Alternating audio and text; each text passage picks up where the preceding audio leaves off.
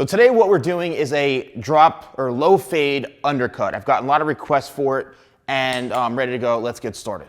I'm using my Wall Magic Clips and I'm using a number 1 guard to start fully closed.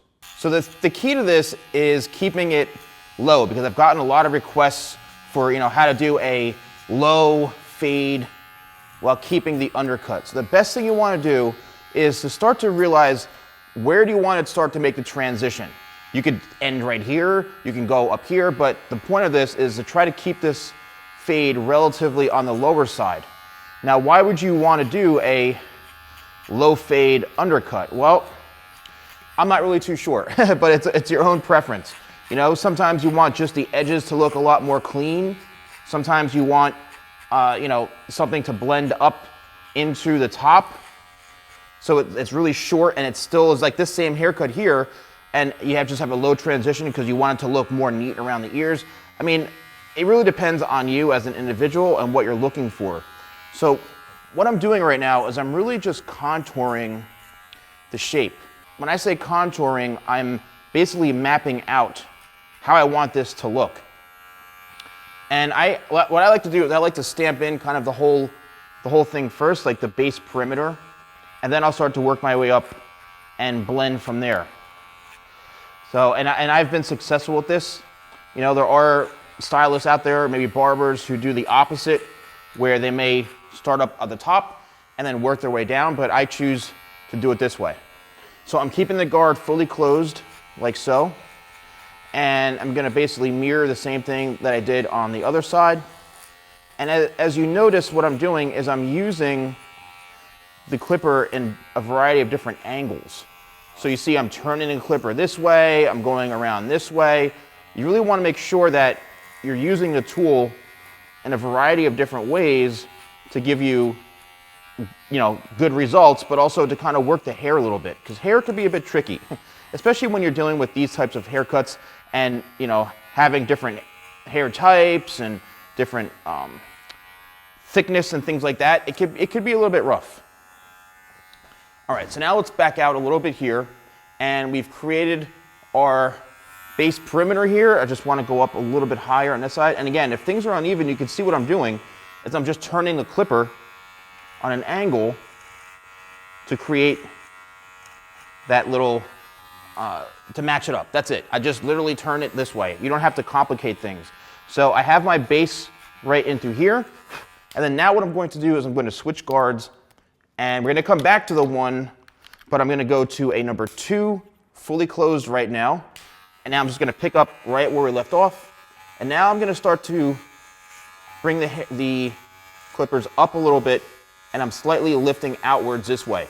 Because again, we want to keep this on the lower side, and we want to make just a light kind of transition going from shorter to longer, right throughout the edges. And here I am, again, turning the clipper this way. And now we're going to work up the base right into here. And there are times, guys, if you need to, you could push the hair into the clipper. I usually cut hair like that, especially when I'm dealing with longer hair types and things like this. I push the hair into the clipper because it just helps to cut it. Sometimes the hair isn't really getting anything. You're missing the hair, so just there we go. Push the comb and guide the hair right into the blade. Very, very successful technique. So now what I'm really doing is I'm just honing in and fine-tuning where I want the taper or the fade to kind of end and to work into this part into here. Again, obviously this is mannequin hair, so it may come out differently on, this is human hair, but it's a mannequin head. And the stitching is a little bit different, so the results may vary. But what I'm really trying to do is to show you guys the technique. So now what I'm going to do is I'm going to continue with the 2, but I'm going to open it by flicking the lever. And this is where I really want to end this whole thing right here. I want to stop right after this with the clipper, and then I just want to do anything as far as going upwards by hand, right? Don't forget, I am going to go back in with the 1 once again, just to kind of blend out any sort of lines from the transition. but I'm not going to use anything else after this. I'm just going to cut everything by hand just to kind of soften it and to work it into the shape down into here. So this is from before, when we went from the 1 to the 2, and then we're going to go back with the 1, but with the blade open. And that's going to help us give a little bit of a better transition into that area. So here I am, once again, just lightly scooping the hair and the clippers upwards, just to kind of give it a light taper right in through here, but again, keeping it very low. And now we're going to go back to the number 1. So here's the number 1. It's fully open now. Again, doing that by adjusting the lever like this. So now it's fully open. And what we're going to do, and you can feel free to tilt the head too. It's totally cool to tilt the head. We're just going to go right here. And we're going to start to work out this little bit right in through here. The guide that we left with the 1 going into the 2. And I'm just going to lightly work this out. Now you can also, you go like this, but you can also lift the clipper up for even better blend. I've noticed that. I've learned that you don't have to hold it flat. You can actually hold it parallel to the head. And that works pretty well. So as you can see, it's not a super complicated process. You know, can you do it on your own hair? Possibly. I'm not really too sure. But best of luck if you do. All right, so here is where I'm actually lifting and using the head as my kind of clipper guard, where I'm lifting it this way, right? I'm lifting it up, so it's creating a whole other guard and then even blending even more. So what I mean by that is I'm holding the blade parallel to the head like this. First starting this way, and then working it up. And I think that works really well. It's been successful for me in the past. And I use this technique pretty often. All right, so once again, we're working just on the bottom right here, on the transition from going from the 1 to the 2. And then once we feel that's good, then we're gonna lift, right? And we're gonna change the position of the clipper blade. And now I'm holding it parallel and just working out any more of those soft lines right in through there.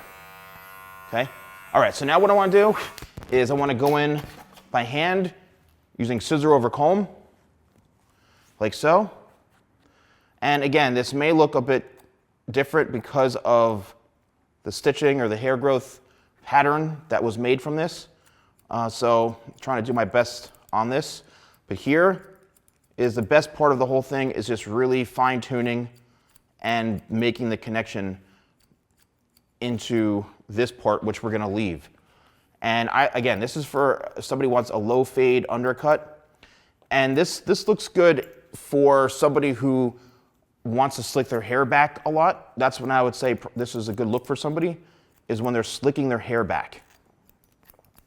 Because you get to see that little taper right there.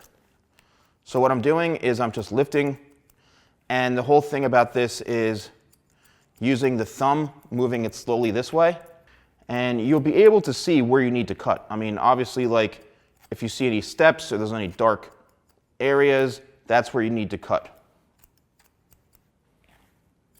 And that's what's going to create this transition. So I'm going to go continue around the head, same thing, and we'll come back when we're finished to see the end result.